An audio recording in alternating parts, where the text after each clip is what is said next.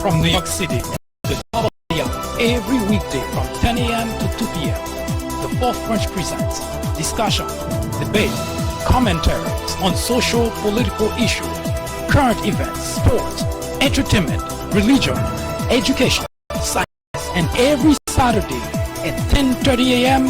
for a full presentation on controversial issues such as war on blacks, are Republicans dumber than Democrats, information which might irritate you, make you cry, make you laugh, but above all, will make you smarter. Join us every time. It is the right thing to do.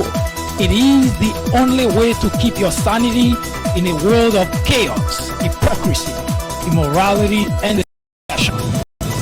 Welcome to Common Sense.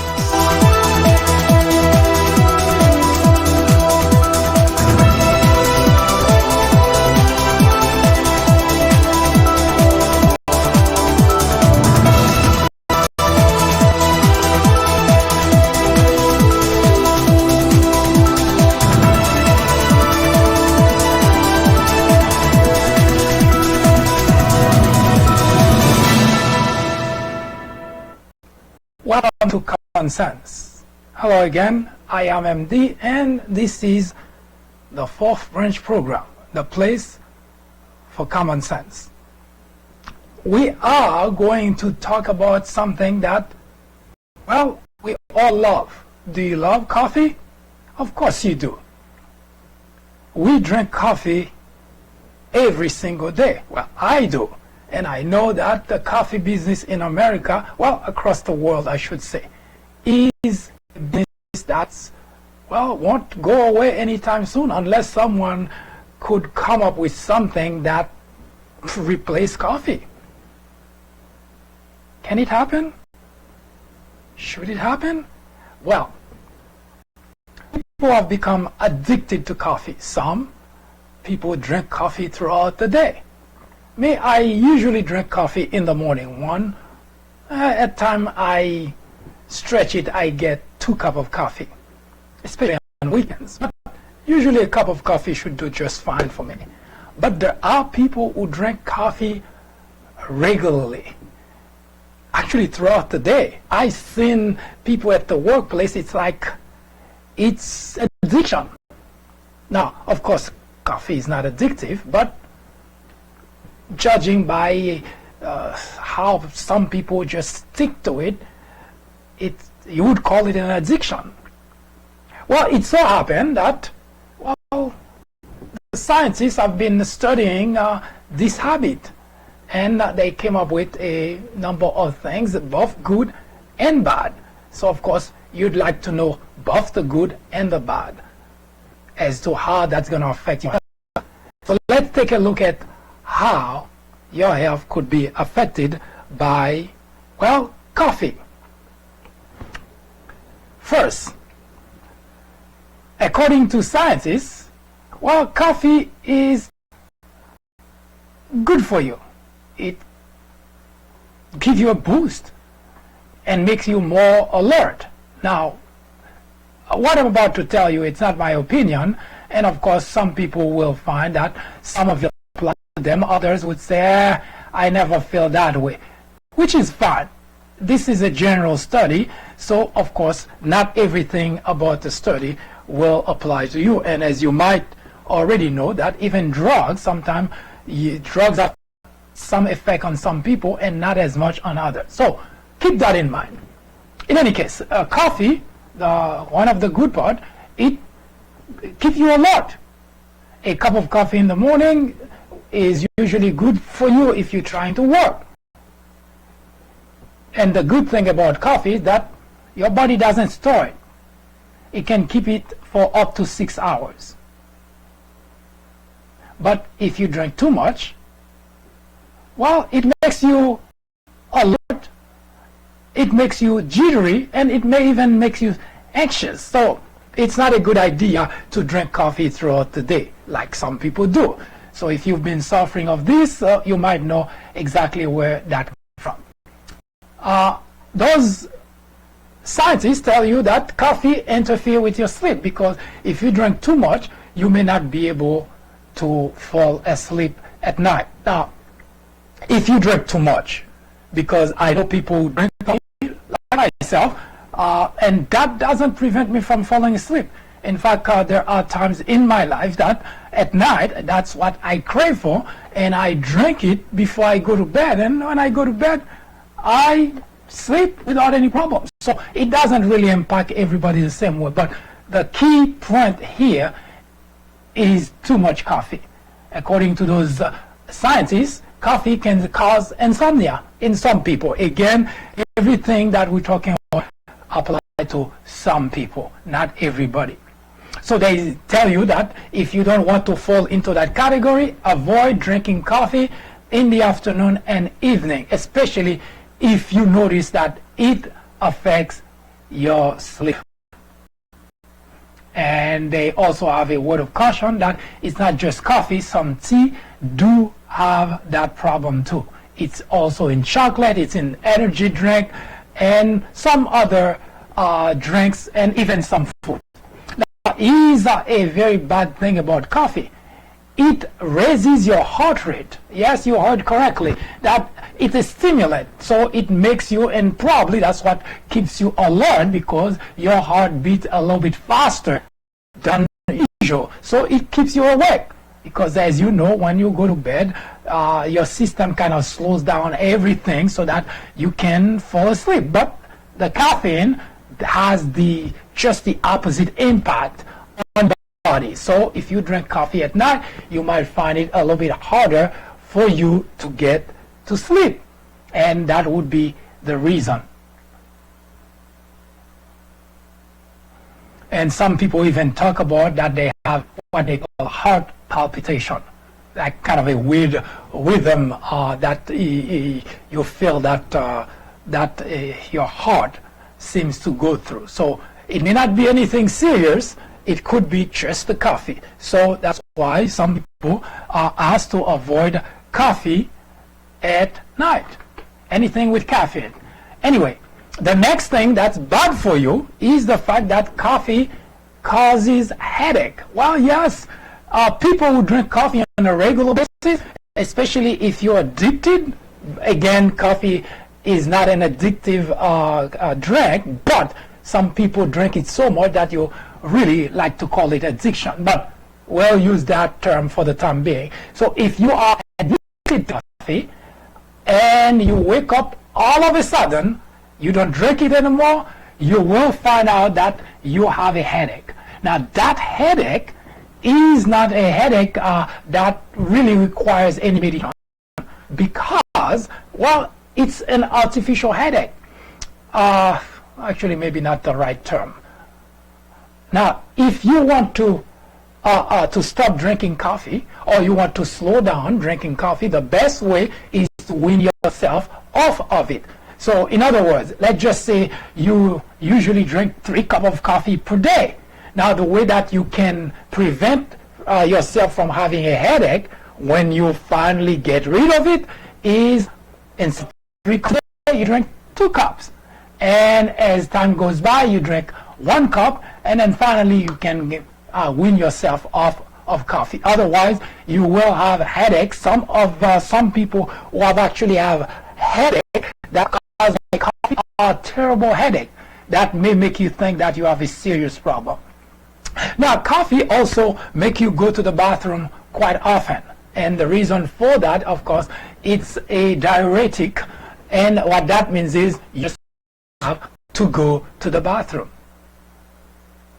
And what really caused that is the fact that when you first started drinking coffee, if your body hasn't developed some sort of tolerance for it, then it will take you to the bathroom quite a few times. You have to pee. Now, because you're losing water, can that cause dehydration? Well, the scientists don't think so. They think it's not enough. You're not losing enough water for you to worry about dehydration. Now, as we mentioned at the top of the program, we say that coffee helps you keep you alert. In other words, it gives you of a boost of performance. After you drink coffee, you can go running, it gives you endurance. You can go biking, you can go swimming, because the caffeine just make you feel like you can take on the world, you can run forever. Well, not quite, but that's the kind of boost performance you get by drinking coffee. But scientists suggest between 200 to 400 milligram, which translates to 2 to 4 cups of coffee, should do that. In other words, if you're going to go to some strenuous exercise, running, biking, swimming, then a cup of coffee could help you develop endurance.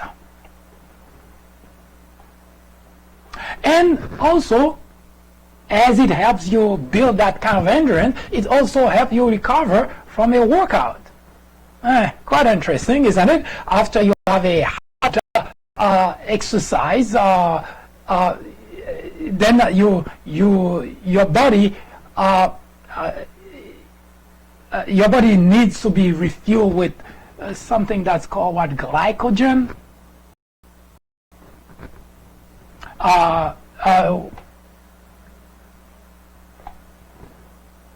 So drinking coffee after a good workout would actually help you recover from the workout. But once again, the caution here is not to overdo it. Like, it's not drinking a pot of coffee, but rather a cup of coffee or so would just do that for you. Now, there is a bad thing about drinking coffee too. It raises your blood pressure. Now, scientists say that they're not even sure as to why. They say the caffeine can spike your blood pressure, although that is very rare, because it's just for a short while. And they do notice that on some people, it could be for a much longer term. Scientists believe that it blocks a hormone that keeps your arteries wide and pressure down. That's what may cause a rise in your blood pressure. And it also might cause your body to release more adrenaline, a hormone that raises blood pressure. For instance, if you're running, you're in a flight mode, your adrenaline kicks up, so your blood pressure goes higher. And it so happened that, well, the coffee does that too.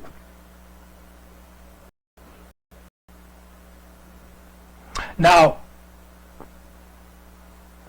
if you find that this is not only happening on a regular basis, but you start feeling that it's not normal, you might want to talk to your doctor about it, because, well, anything that seems to last a little bit longer than usual should not be discarded. Because if you feel, for instance, your blood pressure is raised, right, and for whatever reason, you feel that it's taking too long for your blood pressure to get back to normal, you might want to see a doctor to make certain that the coffee may not necessarily be the culprit. So the coffee may trigger the problem, but the coffee may not be the culprit. So you might want to watch a sign of your body. Now, despite those kind of problems that coffee can cause, they say it also protects against disease. It helps prevent gallstone and inflammation. So I guess it's good to know that while that seems to be almost like taking a drug, because most drugs, when you take it, it takes care of one problem and causes another. Well, fortunately, in the case of coffee, it's more like a natural thing than you can control. Now, if you're on medication, it's a little bit harder to just say, drop the whole thing. But for coffee, it helps prevent some diseases and of course, if you get high blood pressure, if it raises your blood pressure or it makes you feel a little bit weird, you can always get rid of it. It's not a medication. Well, some studies show that regular caffeine might also keep away certain neurological diseases. That is interesting, such as Parkinson's, Alzheimer's, Huntington, multiple sclerosis, and even epilepsy. Now, although they say that they think, or those studies show that, but it's not conclusive. So, in other words, there is some benefit to drinking coffee.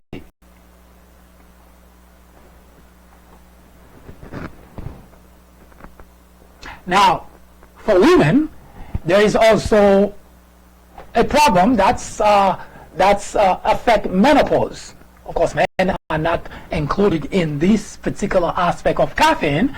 It's because, obviously, women go through menopause, and at that time, caffeine can worsen the sudden body heat and sweat, known as hot flashes. And in other words, if a woman going through menopause, drinking coffee can worsen the effect, the impact of the impact in their bodies. It worsens the sudden body heat and sweat. Women complain about hot flashes when they go through menopause, and according to science, is something that can last up to 10 years. So, in other words, if you're going through that, then watching how much caffeine you're putting into your body, and also watching the impact the coffee is doing to your body, is something that you should not discard, because, yes, any kind of interaction of anything, whether it's drink or food to your body, and if you feel that something is not right, don't just shrug it off. See a doctor. And to your health.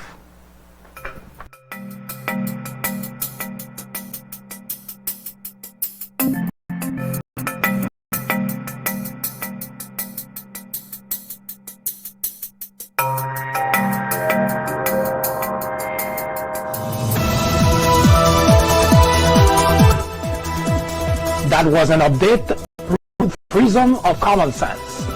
Join us again at the top of the hour. I am MD, host of the Fourth Branch program, the place for common sense. Send us comments, criticism, suggestion, or simply let us know how we're doing. Thank you for watching. See you in just a bit.